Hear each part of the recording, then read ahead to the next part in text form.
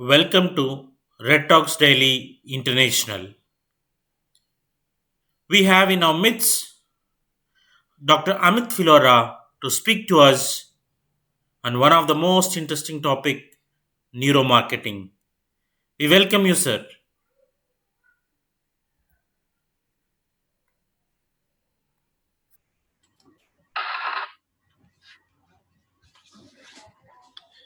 Hello, everyone. This is Dr. Amit, and from Hyderabad.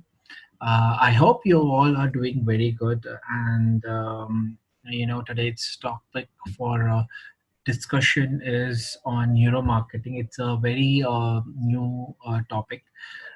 And before going to the details, I would like to introduce to you myself. Um, like I said, my name is Dr. Amit, and I'm academic counselor at IGNOU Hyderabad. I deal with subject called uh, I teach MBA students over there, experienced candidates, and I'm also a visiting faculty at Aurora Business College, Hyderabad. And presently, I'm working with Amazon marketing business operation team, and my designation over there is business operations specialist. Uh, I have over 10 years of corporate and corporate as well as academic experience, and I'm also a mental health specialist, and I've been active in this field of mental health education since 2010. And That's a brief information about myself. Today's topic, like I said, for discussion is neuromarketing.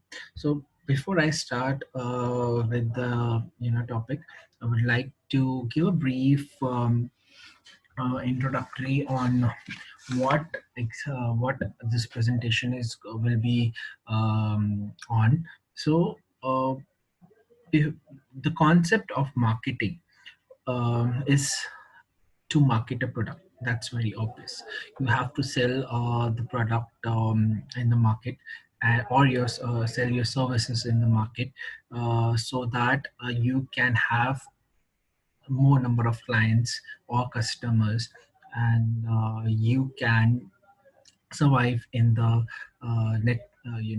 survive in the market, and can raise a different level of achievement, and so that the people look at you, and you become a share winner of the market. So different concepts people use to be successful business person, or selling out their products. So the concept of marketing is, like I said, market the product in the market in such a way that number of customers increases, due to which revenues and profits gets increased, because that's the basic goal of a company, to earn profits. So they will only sell the product which to the customers, which will give profits to them. Now, marketing is a very wide field. There are different concepts. A few well-known known concept of marketing is 6P concept: promotional mix, advertising mix, and advertising for both print and broadcast media, marketing mix, viral marketing, social marketing, neuro marketing. Different concepts have been used for selling out the products and be very successful in the market. Now, neuromarketing is very new concept because it uses the concept of psychology to understand the consumer behavior. So we will first understand what are different kind of customers are, or consumers are, and what are different kind of marketers are in, and how both blend together to survive and be benefited work in a fashion that both customers as well as the marketers stay in a win-win situation. So Neuromarketing is basically an application of neuroscience to marketing, and neuromarketing includes direct use of brain imaging, scanning, or other brain activities, measurement technologies, and later on in session we will discuss how they are used, and how they can be measured, and how can different sellers or consumers can use them for their benefit. So that was a brief explanatory part of the presentation. Let's start like I said with the type of customers. So basically there are different ways of dividing a type of consumers in the market, but I have taken a conventional way of dividing different types of customers in which we observe in market. One is the potential customer. He is a consumer uh, which wants to buy products, and they have the capacity to buy the products from the market. So once you identify when once the marketer identifies such kind of consumers, it becomes easier for them to convert them into permanent or loyal customers. Now comes out to be new consumers. New consumers or customers are the people who are not aware of your product, and due to some marketing strategies or like advertising mix 6P concept or marketing, you introduce your product to the new to the new relevant target audience, and try to acquire new consumers or attract new consumers towards your product or services. Now comes out to be impulsive customers or consumers. They are these kind of people who are very impulsive buyers. So irrespective of the requirement of the product or not, it's just span of their mood swing, that if they want to buy they will buy it, or if they don't they will not. So it's impulse based customers. Based on their impulse they choose products, and if they fascinates if the product or service fascinates them, they buys it. Discount customers who always fight for the discount, or they're the price oriented customers who will see the price, and they will always bargain for a better price which fits in their budgets. Loyal customers are the customers or consumers who are very loyal to a particular brand. For them, quality and the brand is very very important, and they stay with the brand for a very longer duration, and they are the retention of a company. So irrespective of whatever situation, they always support their product of interest. So these are the five different kind of customers or consumers which we often observe, and probably we also passes through such kind of stage when a new product is introduced in the market. So these are the different kind of consumers which we have.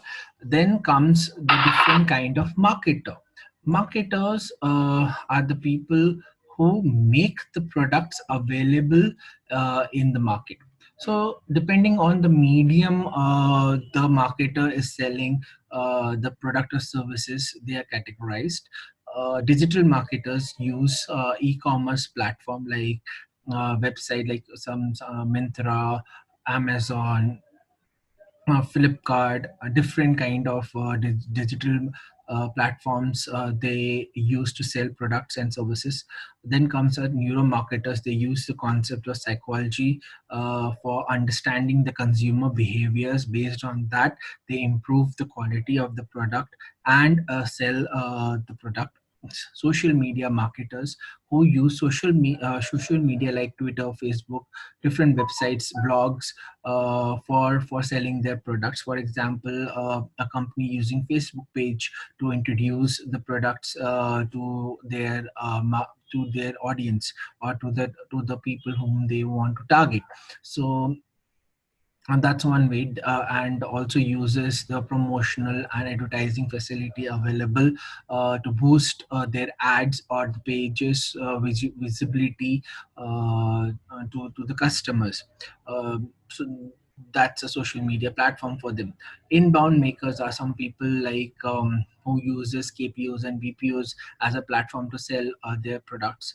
And the content marketers are the people who use content marketing for selling their product, like for example the print media, newspaper clippings, hoardings, the pamphlets, catalogs, which they use with the content or description of the product or services, and they reach out to the customers manually or clients manually or physically, and based on the content description and presentation, they try to attract consumers or customers or clients towards their product and services. Product makers, the people, the companies or the factories which make the product and sell it to the market. Brand makers, people who design brands, logos, and try to sell the products in the market. So these are the different kind of marketers who use different medium or for selling their products, and based on that they're categorized.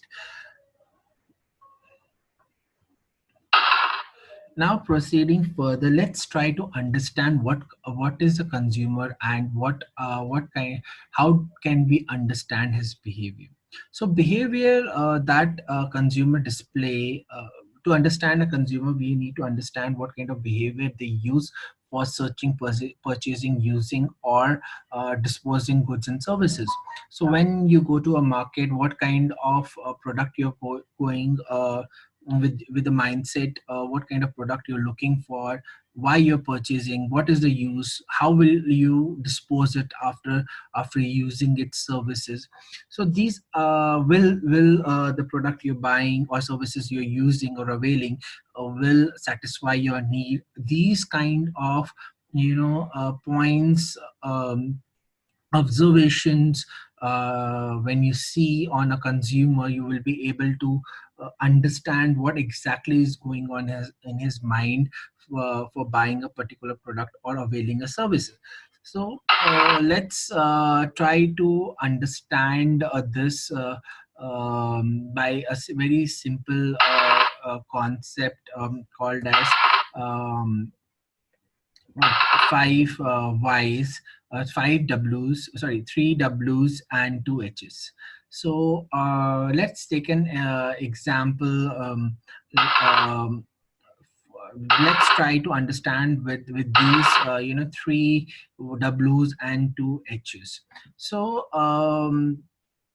to understand a consumer behavior, we need to understand first what they want to buy, what is the time, when is the time they will buy it, why, what is the need, that is why they need to buy it, how often they will be using, how often they will be buying it, and how often they will use it. So when you are able to understand psychology behind these three W's and two H's, that is three W's to two H, then you will be able to have a grip on understanding the consumer behavior. So let's take an example of a toothpaste which a consumer want to buy it or customer wants to buy it.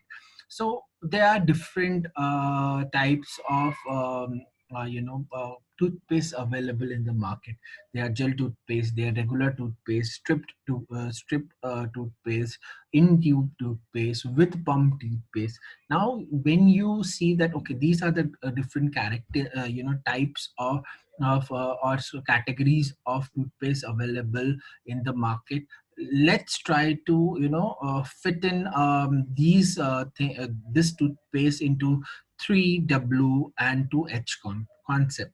So what is the moment you enter in a shop or any grocery or a drugstore, or to buy toothpaste, the first thing comes in your mind is brand.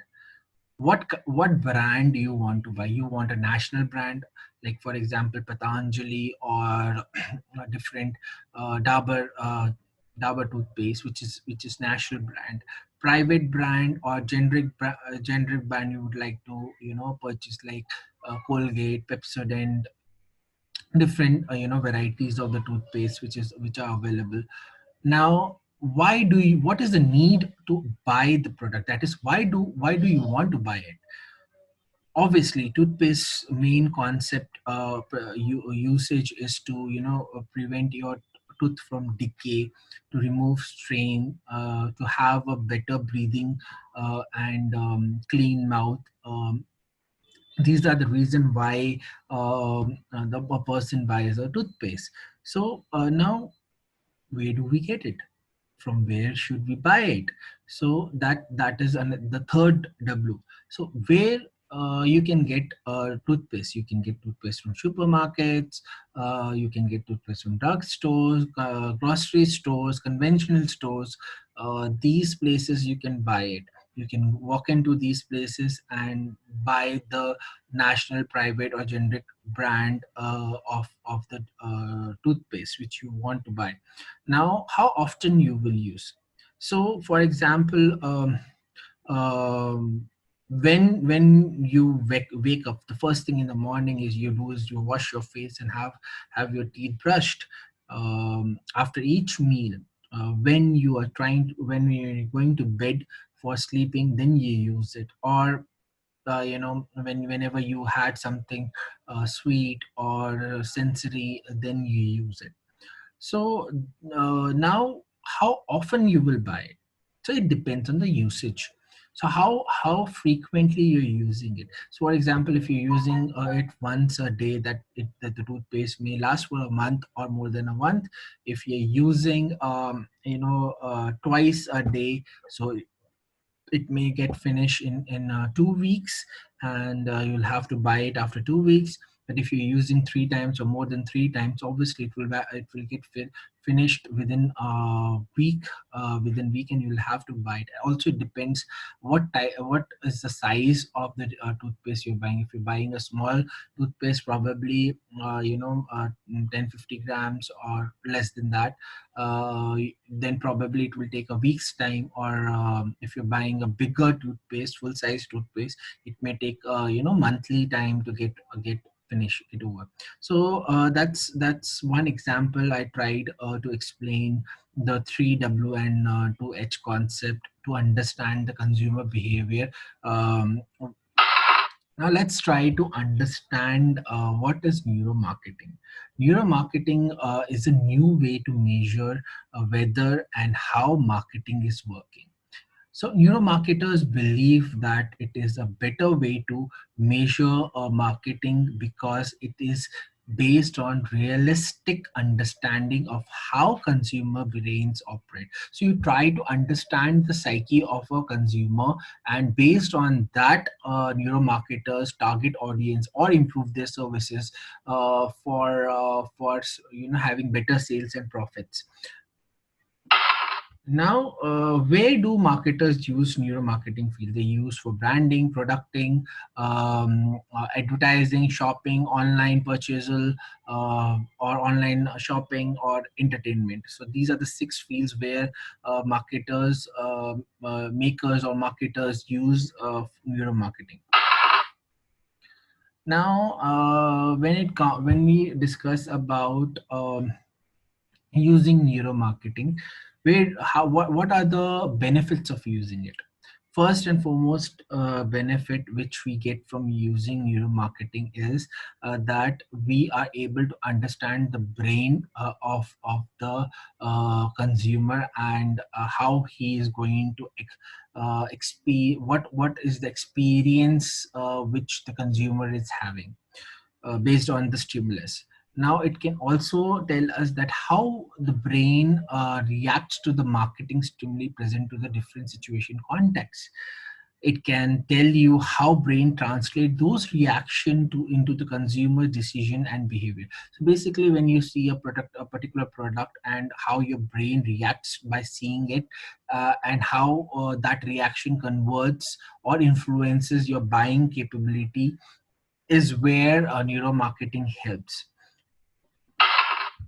Now there are six neuromarketing techniques which helps you to understand your client's mind. One is eye tracking, facial behavior, electroencephalogram, that is EEG, facial coding, sensory marketing, neuromarketing, mind tricks. These are the few things,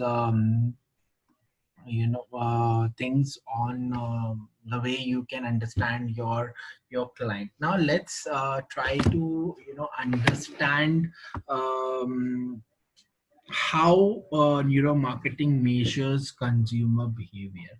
The first thing which comes in my mind is eye tracking, because you for the first thing, eye tracking and face recognition. So first thing, I will see talk about eye tracking. So the measurement of eye movement, sorry, and pupil dilation while viewing an object or scene. When you see a particular object, your eye pupil make a movement. The way it is moved, based on that, the marketers measure the ability of purchasing of a customer. Like for example, eye tracking has many uses in neuro marketing, both as an independent tool and supplement tool to other measures. Speed and direction changes the gaze patterns provide valuable indicators of attention, interest, and interaction. So when a particular product comes in front of you, the way your eyes people react, the movement of eyes happen, helps the particular consumer to marketer to understand the interest of yours towards that particular product. So for example, if you pick up a pencil which is very attractive, you pick up a book which is very attractive, or you pick up a pencil which is very good and very soft, the way your eye pupils contract and relax, you will be able the person will be able to understand that you are what are the feelings coming in your mind when you're putting when you're having those kind of products in front of you.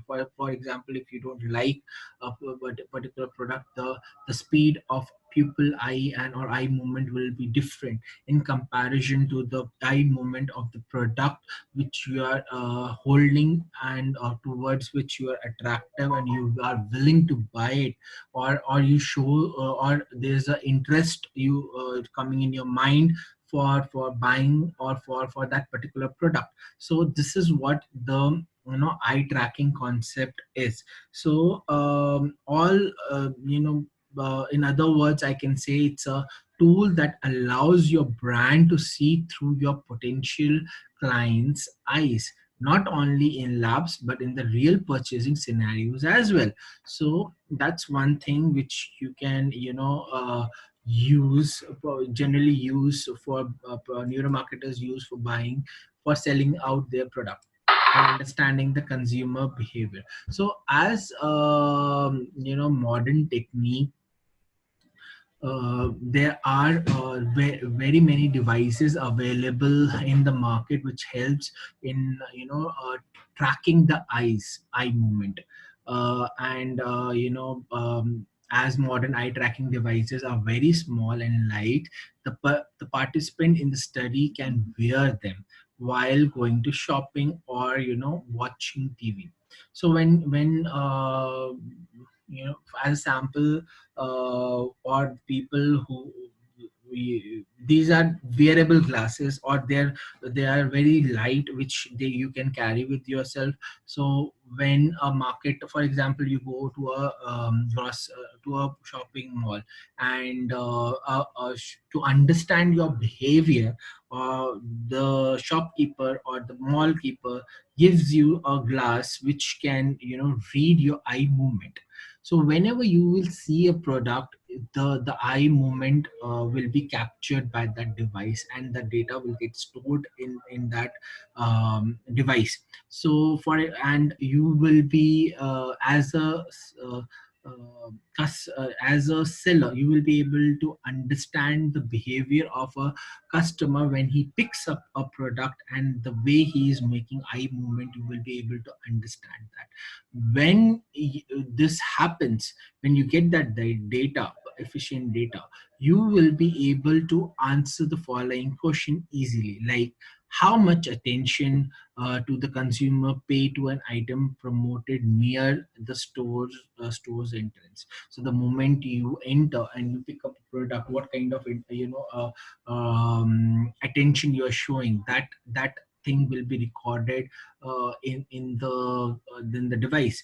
Then when you proceed further, do the clients really read posters and billboards, or do they just glance them without reading? So when the person is passing in the showroom, or in the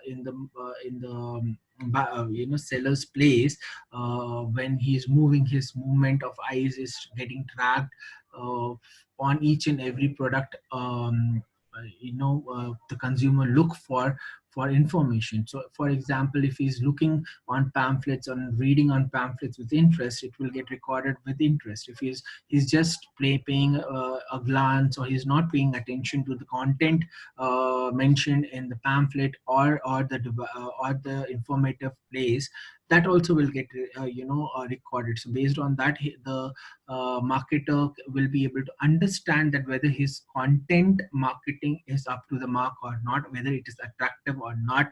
He will be able to come up with a better plan to improve the services in that section. Now, coming out, he will be the also in the position to answer that how do they distribute their attention when choosing a product from a shelf.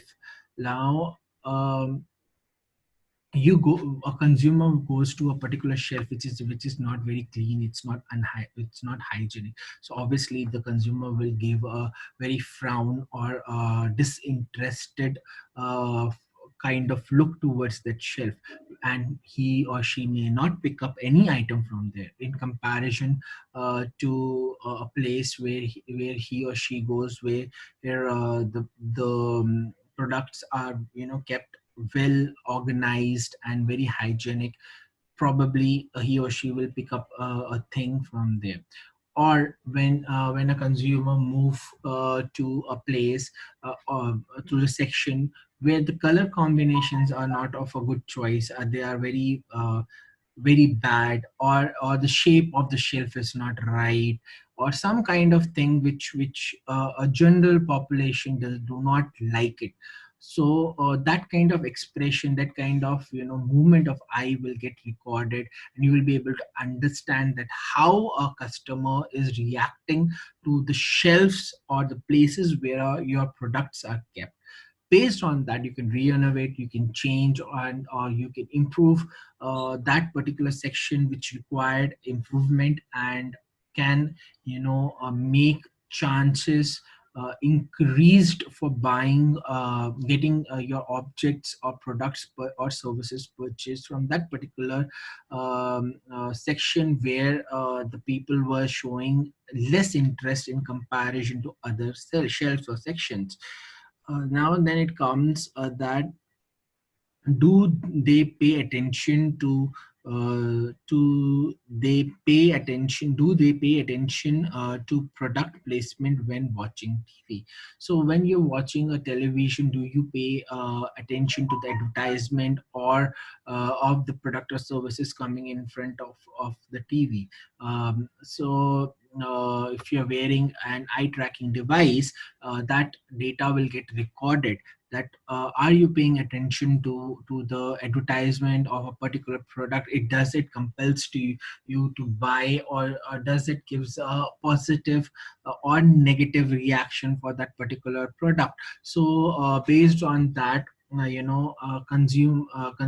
the sellers or marketers get an idea, and are able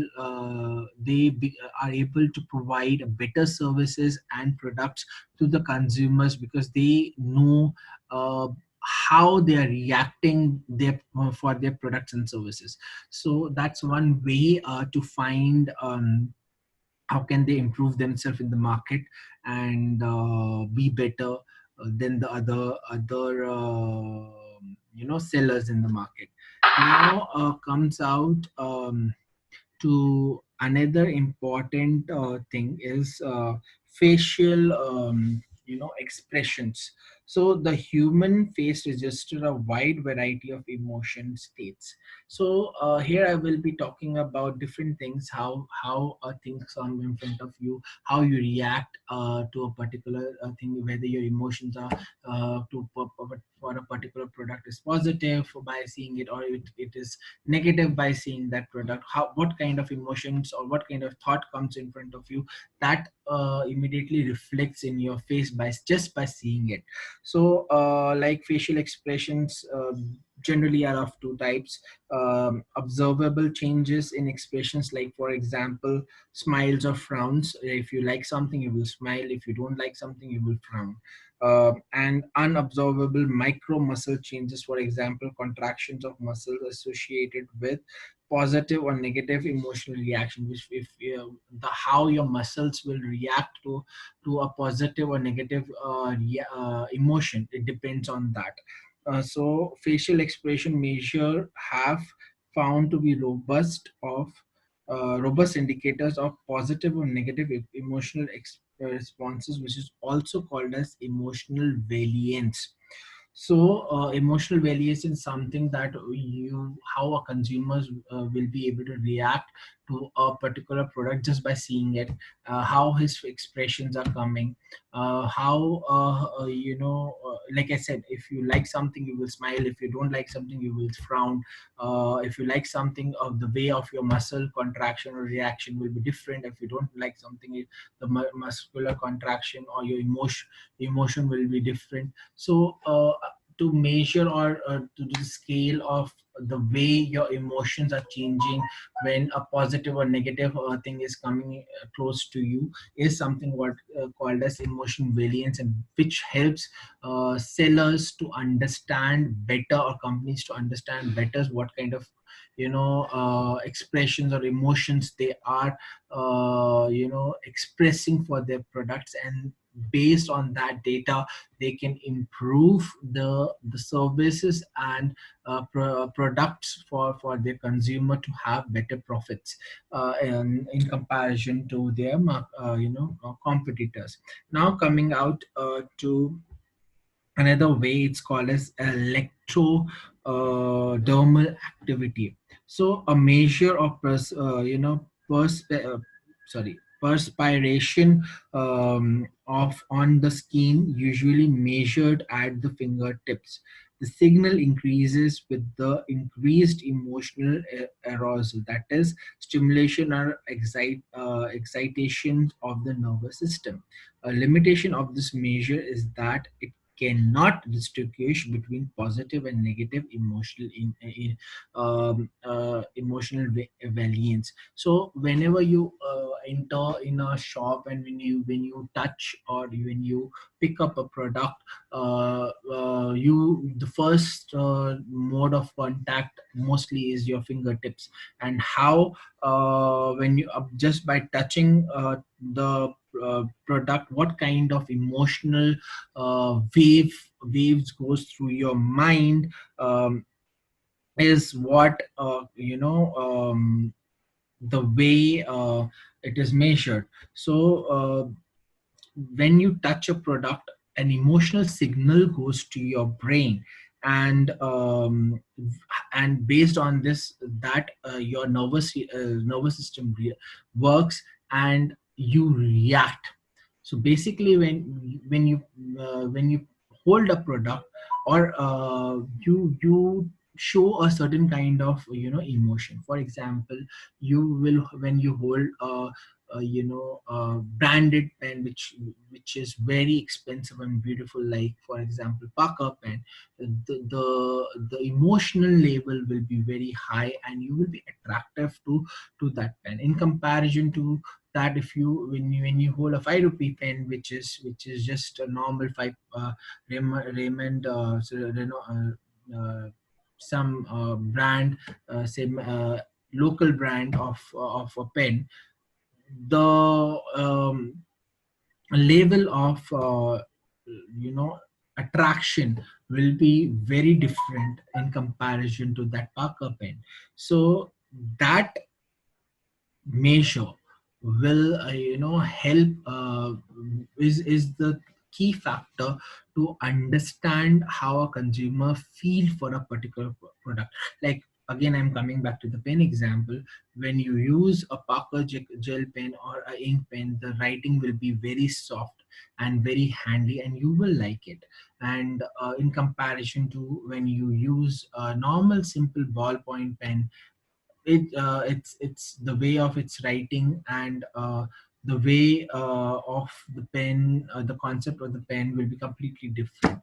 You may not like the way it write, or the smoothness will be very much different. So, and based on that, your process will be different. uh, when this kind of reading gets stored, the seller will be having an idea, like how the people are thinking about cheaper products, or the costlier product, and what should be the next level of strategy to improve both that, the similar kind of expressions or requirement comes from the consumer for both the type of products. So based on that, they will improvise. And now it comes to be respiration and the heart rate. So whenever you see or observe a product, your heart rate changes. If you like something, it has a different heart rate, and when you dislike something, it has a different heart rate. So when there are devices to measure that, and when you get that kind of data, you'll be able to understand what kind of products which attract a consumer towards, and how they react to a non um, expected or unlike products. Based on that, again, like I said, they will get an opportunity to improvise their product and services, and improve the ability to get or earn more profits in the market. Now comes out to be response time. How much time you take to respond back for a product which you are loyal to, or the product you're most aware about, is the way they measure the ability of consumer. So these five characters help a marketer to understand the psychology, or to understand the consumer behavior. Based on that, they will be able to improve these products and services, and try to get and try to increase their visibility in the market, and put a stone, or earn a place which is different from the other marketers present in the market. So that's one way to be different, and one way to earn more profit or improvised service in comparison to different companies or different competitors present in the market. So now, neurological or neurometric measures are based on brain signals, like as I mentioned before.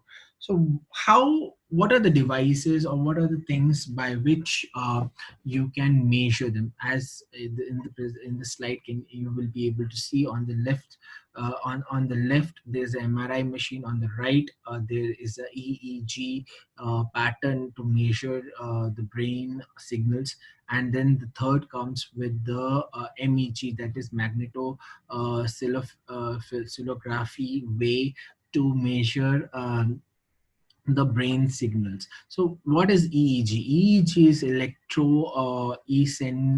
encephalography, which measures the strength at the scalp of very small electrical field generated by brain activity.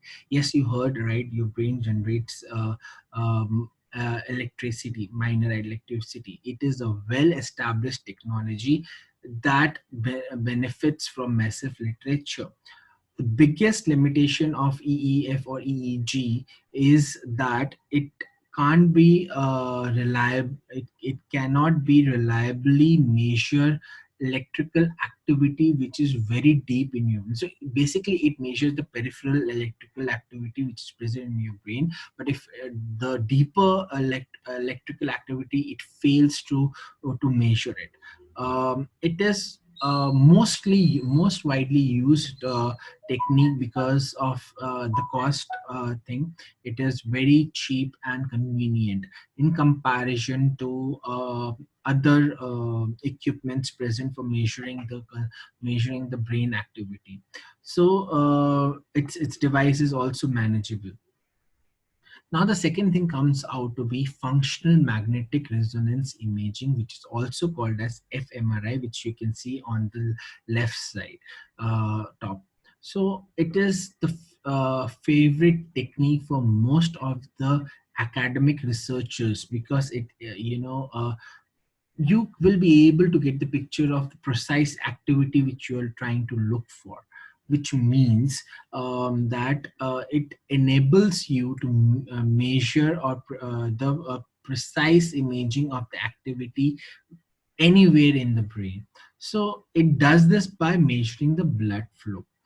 When parts of brain became active, whenever your parts of brain becomes active, blood flows to them. So because and the blood contains iron, this flow can be measured by massive magnets that surrounds the head of the person being studied. So when you put as it's mentioned that your brain you know as I mentioned that whenever there is an activity in your brain, the blood flows, and the flow of blood can be measured by massive magnets which are surrounded by your head, because the blood contains iron inside. So based on that iron magnetic way, you will be able to measure the brain's activity. Now FRI machine is very expensive, and they are available in most of the hospitals and imaging companies and imaging centers, sorry. So they are responsible for testing theories of how your brain works, and but some neuromarketers considered fMRI because of its cost complexity and artificial testing environment to be over skilled for the marketing research techniques, basically.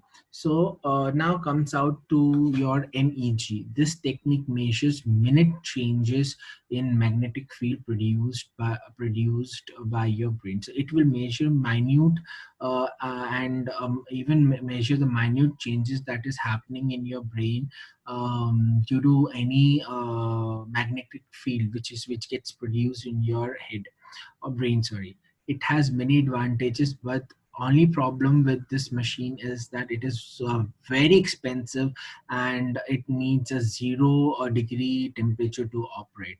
It is used obviously for academic studies, but hasn't caught on practical method for commercial neuromarketing. So it's officially not used till now for neuromarketing purpose, but for other practical purposes it might had got used in previous. Now also one important thing is which is facial coding. Like as many people says that a smile is worth 1,000 words. So there are a few things which it also it's a part of a facial expression. A few things I would like to share for facial coding is that they say the face is the mirror of your soul. So your face is basically the mirror of your soul. And neuromarketing converted the art of interpreting facial expression into somewhat of a science. So whatever facial expression comes in your face, it's just like catching a expression from there and using of science and converting what your face is trying to say. Just as we use neuromarketing techniques to measure eye movement, that is eye tracking, and brain activity, this science is also used to read faces with unprecedented precision. So these also help in reading your faces, and based on that you will understand the behavior pattern of the customer. The way it works is very simple. When we smile, when we display anger or assemble any other kind of facial expression, we use our muscles to do it. So by muscles we show our expression, and by expression there are sensors which measure the small minute changes in the muscles which happens when you are expressing on a particular situation. And they get recorded. Of course, a small smile or a grin do not show the absolute truth of the person is feeling at a given moment. But facial coding help marketers by reading and interpreting subtle reaction that often inside the opinions. They are sometimes even able to predict that behavior that will follow these expressions.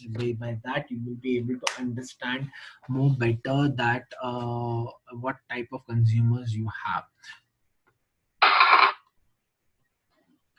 So just a minute, please. Beside investigation related to techniques, neuromarketing also has more practical and functional applications like sensory marketing. By applying neuromarketing discoveries, we can impact our consumers without even knowing that they have been, experimented on. There are several forms of sensory marketing, such as through touch, sound, or smell. All of them, however, are based on the same idea, that is, influencing the audience to think of a certain brand in presence of sensory sensation. Whatever your sensation is, how you relate with the product, the relation between your products and the sensory organs helps marketers in selling, understanding the consumer behavior and selling the product in a better manner, or providing a services in an improved way. Smell is the perfect example of the use of sensory marketing. Sometimes getting a customer to make purchase is easy, influencing their senses with the right fragrance. So if you enter in a shop and it's a beautiful smell, wonderful smell comes, obviously you will feel light and you will feel at home or at a better place. And you get kind of connected with the place because of the better fragrance, and you may end up in buying something from there. And that's one thing. And sounds are very useful resources. It has been proved, for example, that consumers pay more attention to the lighter colored objects when they hear high pitched sounds, and darker objects when they hear low pitched sound. So these are the few things which help neuromarketers to understand what kind of consumer behavior is. Another neuro marketing technique is mind tricks. Psychological neuro marketing techniques can be very subtle. It has been shown in the past as well. For example, that removing the dollar or the currency sign from the price tag can make consumers purchase more. So when you go in a shop, and when you buy when you see a product where there's no price tag on it, there are chances that you may end up in buying that product in comparison to the product which has a price tag on it. So it seems that the currency symbol makes people think more about their losses than what they will gain, and removing the price completely may also encourages them to purchase. So another surprising example is the organization and structure of the restaurant's menus. So, visitors have high chances of choosing healthy options when they are shown on the left hand side of the menu, and the vice versa. So, these are the few things by which you can improve your product and services, or by using neuro marketing techniques. Now, brain science and neuromarketing. What exactly is both? So brain science and neuromarketing formation are based on three concepts. The one is neuroscience, behavior economics, and social psychology. So let's take explain them one by one. Just a minute. So, neuroscience is a study of human nervous system, and human nervous system, obviously. And just give me.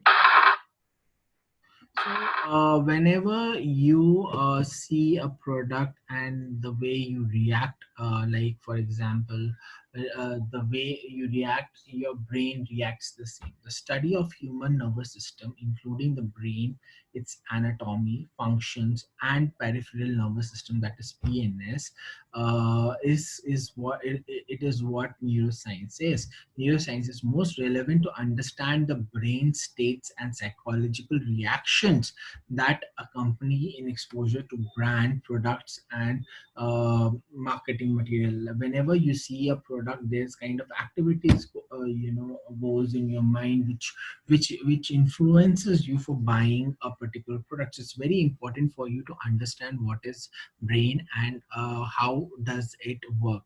So on the other side, you can see the brain diagram, and these are the components of the brain stem, spinal cord, and different parts. That's the structure of the brain. And when you're able to understand that, and you're able to understand the psychological reaction after seeing the product, you will be able to understand the neuroscience concept. Now coming out to be behavior economics, there are certain number people who need to buy product in the limited budget. So it's very important for them to have a price mentioned on the product. So the study of how people make economic decision in real world is called as behavioral economics. Behavioral economics is most relevant to understand situational influence on customer choices and behavior. For example, buying crackers or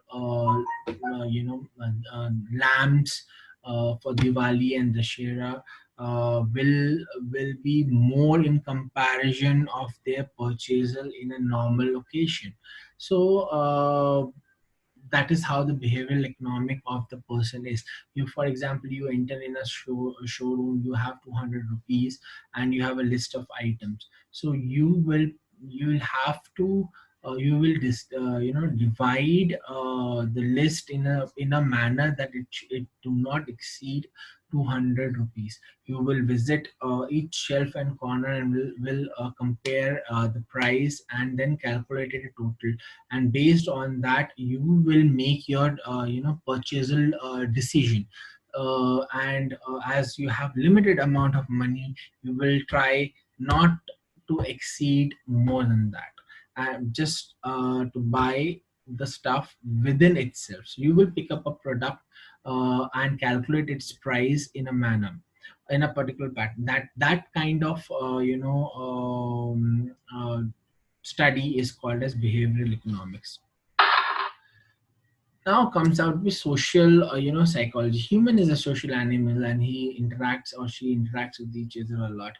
Study of how people think and act in the presence of other persons. So in the presence of a particular person, how you react, how do you play yourself, is what all about social psychology. It is the most relevant to understand how conscious and non-conscious brain work together in the consumer's choice and behavior. Now, how people really see and interpret world. So basically, it's a four concept theory: forming impression, determining meaning and value, and deliberating analysis, and speaking and acting. This I can explain with the diagram which is mentioned. So basically, it's divided into three parts: input, internal process, and output. So there are four ways we use in our brain. One is facial expression, which is a non-conscious thing. The moment you see a product, and how you react is what the facial expression impression is, and that is a non-conscious part of your brain reacting. So that's a kind of input, because your expressions are changing or changing just by seeing it. So you're gathering information inside, and due to which your expressions are getting changed. So that is a non-conscious part of brain playing an important role. Now comes out to be your another thing is determine meaning and value. You need that's internal, that's again an input thing. How do you determine the meaning and meaning of a product or service, and how will you value it? Now deliberate and analyze. You will take that product or service, then you will analyze it. That from where there you your conscious brain will start working. For example, you have a budget of 30,000, um, and you need to buy a good phone. So you will you cannot buy iPhone out of it, but you will make sure that whatever product you're buying or mobile you're buying must last within that amount. It should not exceed. In fact, you will also think to save some amount from it. So that is what you will do. Different research on different mobiles, on the configuration you're looking the best for, and it, fitting in your budget. You'll do some kind of research, and based on that you will take a decision for a phone to buy within that limit. uh, then comes out to be speak and act. So it's something like you are talking about and you're acting. So once you see a product, what do you speak about it? What information you have it, and will you buy it or not? That is what speak and act. That is also a conscious part of your brain which is playing to make a decision on. For example, you have an iPhone, and you have OnePlus 8 phone. iPhone is 67, OnePlus 8 is 42,000, and it has all the features which iPhone has. So why a normal middle class person will go and buy an iPhone latest version when he's getting everything in within 30,000 amount, and getting all the things and requirements which he wants are present in that particular low budgeted phone. So that is where your conscious is playing important role. So that is how it works. Now proceeding further, I did a small research to understand the neuro marketing concept.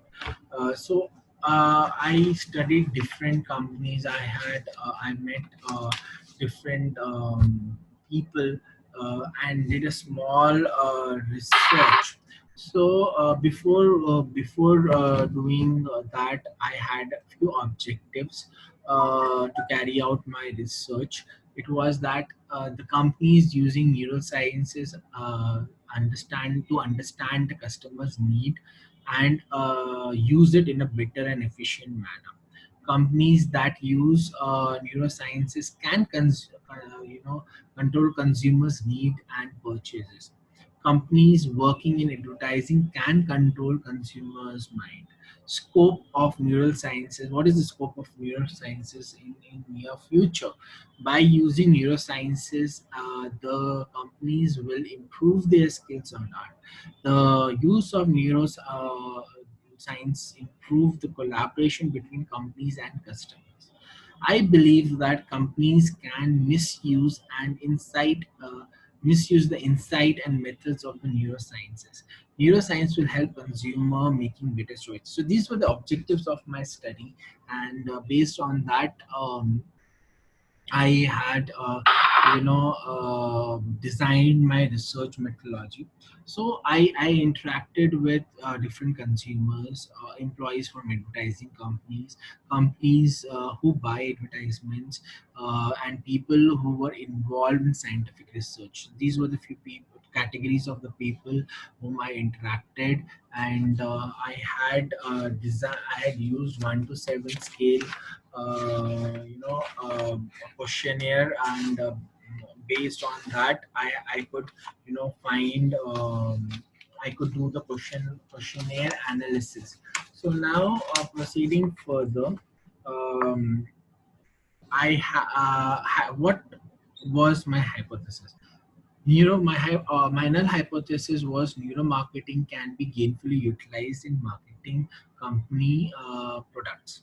My alternative hypothesis was neuromarketing cannot be gainfully utilized in marketing companies' products. So this was the area which I studied, and I took like as previously mentioned, I took a scale of 1 to 7, and my hypothesis mean was 2/3 into 7, which came out to be 4.67. So as per my alternative hypothesis, if my mean is less than equal to 4.67, my null hypothesis will be accepted.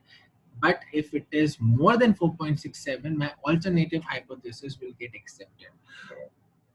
Now, my rule for questionnaire analysis was that if an average of all the responses come equal or greater than 2:3 ratio of the max score 7, then my hypothesis will be considered as correct.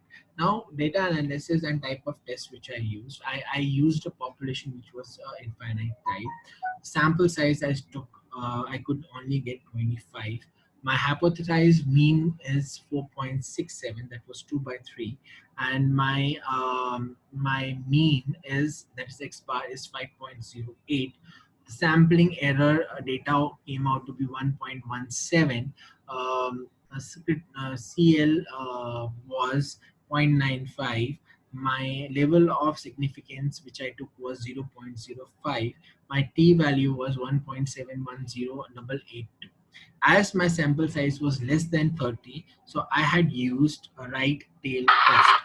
Now, during that, I could find that my CV came out to be 4.319, and which is under rejection area, and my X bar came out to be 5.08, which is in acceptance area. So like I said, uh, that my how did I find the standard error? So decision rule was if X bar, that is mean, is greater than equal to critical value, our null hypothesis should get accepted. So the standard error which I calculated was as per the formula, that standard error divided by underscore of sample, that is n. The sampling error came out to be 0.236, and the error of estimate came out to be 0.35. So the critical base with this, I was able to calculate the critical value. The critical value formula was hypothesized mean minus the error of estimate. My hypothesized mean, like as previously mentioned, 2 by 3, that is 4.67, minus 0.3510, which was you know error of estimate, which came out to be 4.31. So when I tried to find X bar, which came out to be 5.08, uh, which is that my critical value was less than the mean value. So that is how my null hypothesis was accepted. So my statistical interference was that since the critical value is less than the mean value, there is sufficient chance that my null hypothesis will get accepted.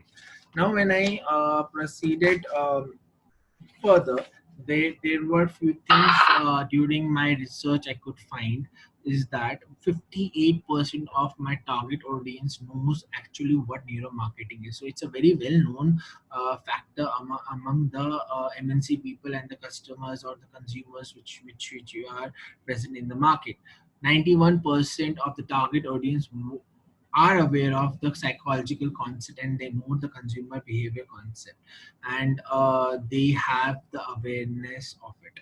92% of my audience knows what have an idea of brain sciences, and they have read the research articles related to brain science which can help in reading buyers and sellers mind.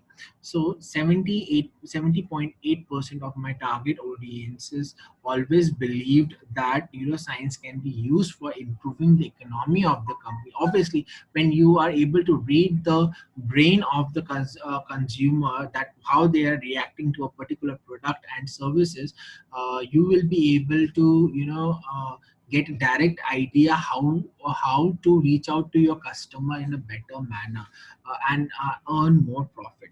So because you will not repeat the errors which you have done in the previous products. The upgraded version will come in a better manner or a more improvised manner, which may help you in gaining the customer you lost, or help you in getting more and more customers coming to your market.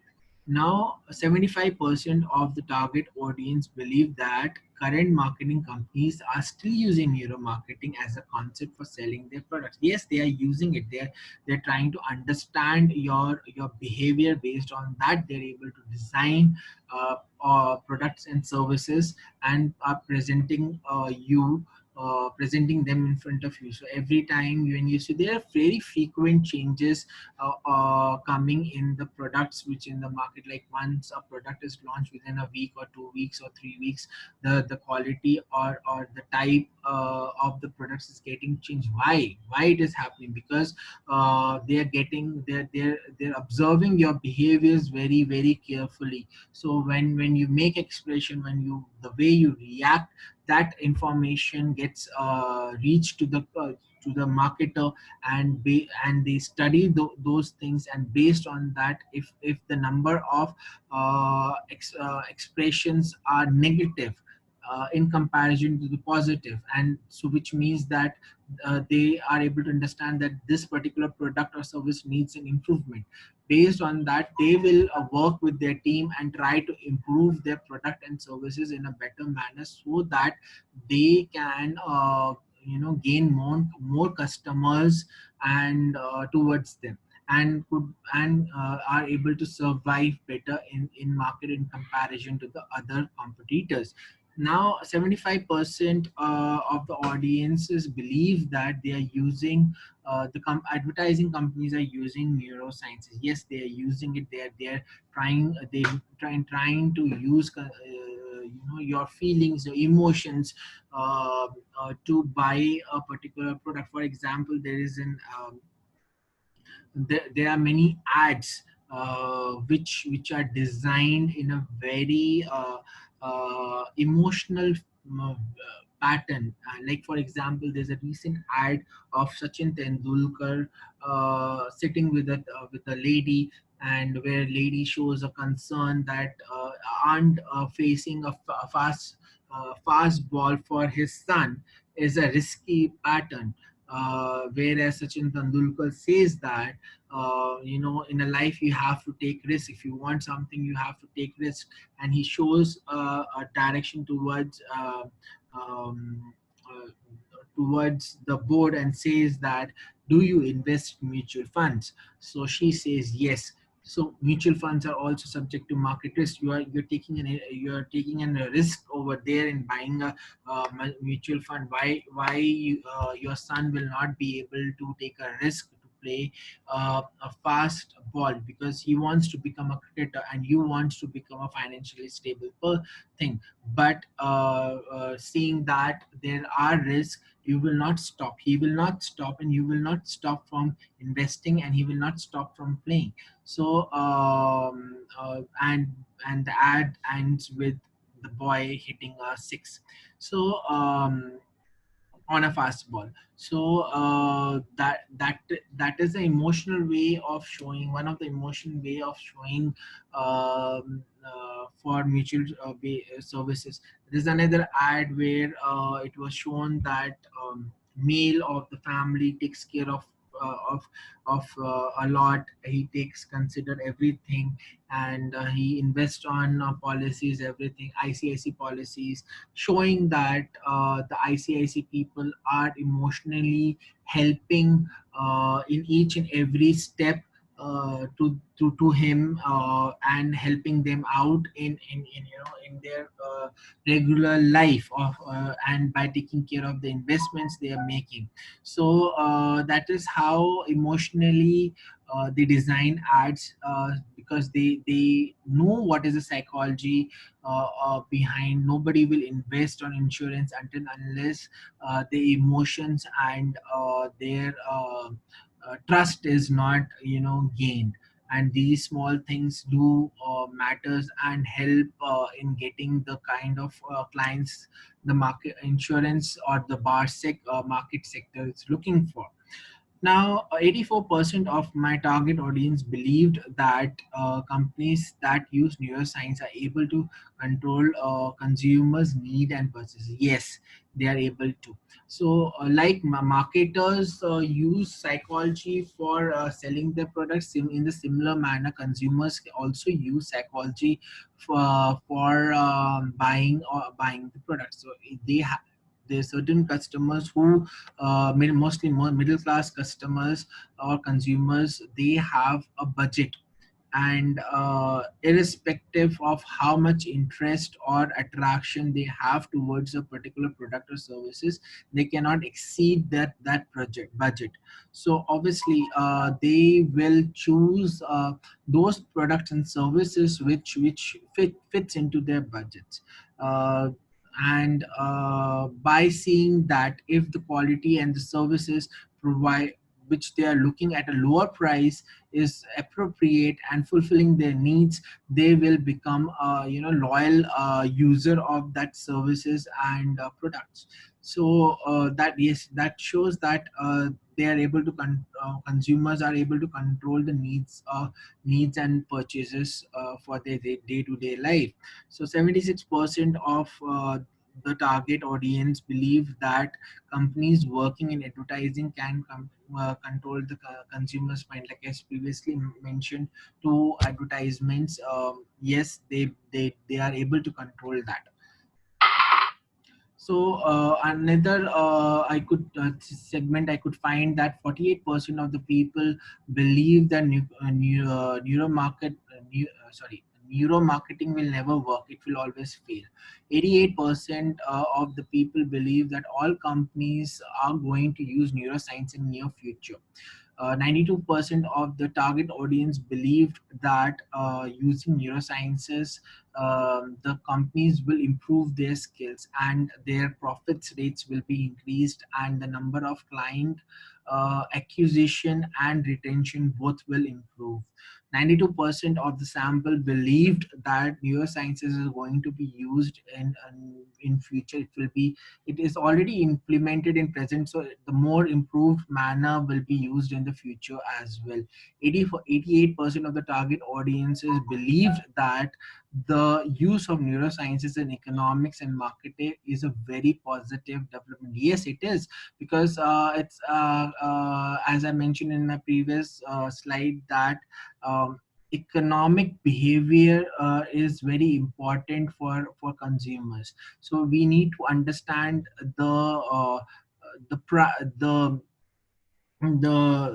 budget of the each class, middle class, upper class and lower class, and based on that we have to design products and services and target those particular segments of audience. Like for example, we cannot target a Mercedes Benz to a lower class or a middle class section of the society. At the same time, we cannot target the high society people with nano or the Maruti 800 kind of vehicles. So a particular class, we will try to able by economic behavior, we will be able to segregate the segments, and we will be able to target correct products to the correct segment, and will be able to earn profits, and also will be able to earn the trust of the clients. 88% of the people believe that of my segment believe that neurosciences will help the consumer to make better choices. Yes, it will, because the comparison will happen, and they for a particular price, there will be a whole lot of product line present. Like for example, for toothpaste, different types of foods, like Patanjali, Colgate, Pepsodent, Sibaka, and Sensodyne. There are different range of a whole lot of toothpaste present, with different price ranges, different choices, different taste, and similarly different ranges of shampoos of a similar price range. Product line will be there, and with this, each segment, each product present in the product line is designed as per the different types of consumer behaviors. For example, a consumer A is the person who like gel toothpaste, consumer B who likes a stripped toothpaste, consumer C who likes liquid mouthwash.